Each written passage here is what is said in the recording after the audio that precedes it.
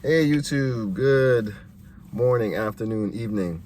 Today we're reading from Thou Shalt Prosper by Daniel Lapin, Rabbi Daniel Lapin. Mind-blowing chapters that I skimmed through, and then I started reading from front to back, but definitely will say that the chapter on giving and networking definitely changed my whole life. So good. I like this book. I definitely recommend it, and I'm happy to be reading it. So we're on page 202 of the fifth commandment of the book: lead consistently and constantly. Don't try to become a leader, just do it, just lead.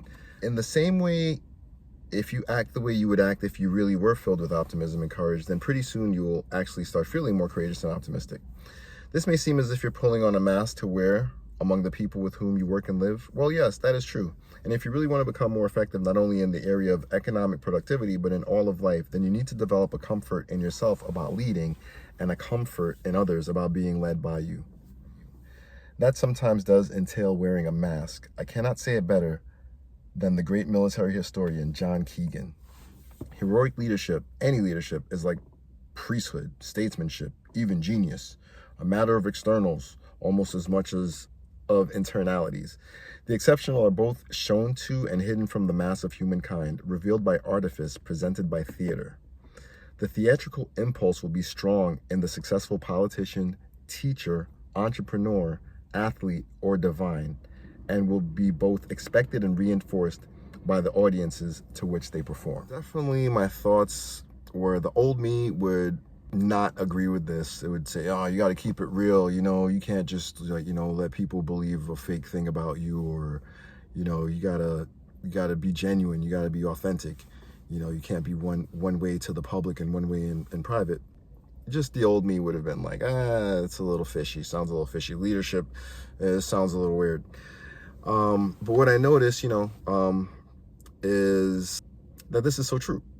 Right? Celebrities live a private life, and we make up like these grand fairy tales about the lives that they're living. And not just celebrities, but lots of public figures. More likely, it's not what we think it is. It's probably more likely what we don't think it is. Just the way things work, where you never do know what is really going on in someone else's head as much as you think you might know.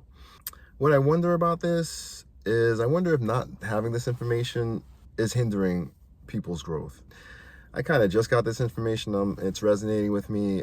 I think I would have had a better success in life so far if I was aware that, I need to have some theater in my life. If I'm a leader or a teacher or entrepreneur, there needs to be some theater. There needs to be a little bit of showmanship, that this boils down to charm, enthusiasm. There definitely needs to be you kind of have to uphold the person's image of you, or of what you should be. Realtors, they drive Mercedes and they drive BMWs because that's like adding to their brand, so it's a little bit of that. And I think in general the public will expect that of you, and if you don't give it to them, then it's like, yo bro, why didn't you give us that? We want that. So